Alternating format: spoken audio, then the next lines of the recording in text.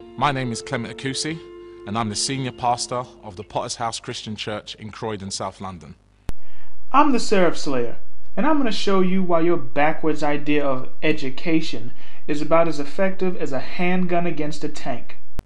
I think that as a Christian country, the abstinence until marriage model should be the predominant one. The old do it because our book says so method. A method that values rigid doctrines and centuries-old beliefs over facts and actual results. I believe our schools should be teaching our young people the traditional Christian model of family and sex education. Isn't that cute? But it's wrong! Really? Even though numerous studies have shown that abstinence-only programs that encourage teens to wait until marriage don't work, receive such an education are just as likely to engage in premarital sex as kids who get comprehensive sex education. The only difference is that the kids who have just been told to keep it in their pants will only have experience as their teacher when it comes to birth control, pregnancy, and STDs. Unless sex education in our schools changes, we're still going to have the same results.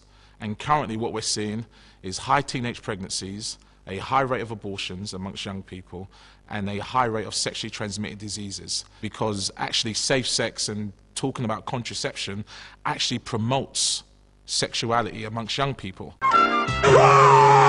You don't have to promote sexuality among teenagers. They're teenagers. Sexuality will promote itself. It's a biological imperative. Teens wanting to have sex is one of the most natural and, to be honest, inevitable staples of human life. And to deny that fact is to deny one's own humanity. Comprehensive sex education instructs teens on how to go about expressing their sexuality in the safest way possible, whether it's on their wedding night or on the prom night. My view on young people being taught in schools that homosexuality is normal is that I'm very angry about that. I think it's wrong. I think it's a myth. When it is such a tiny percent of the population, is statistically incorrect, and I actually think it's deceiving. Why are you so angry about people teaching that gays are normal people?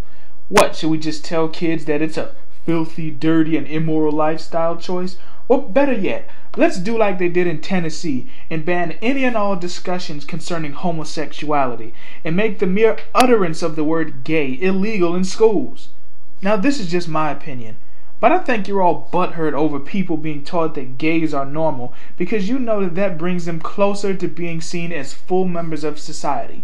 Not an anomaly, not a horrible result of childhood trauma, and definitely not an abomination. Certainly as an inherently Christian nation, we should be teaching the traditional Christian model of family. This is what the Bible teaches as a Christian.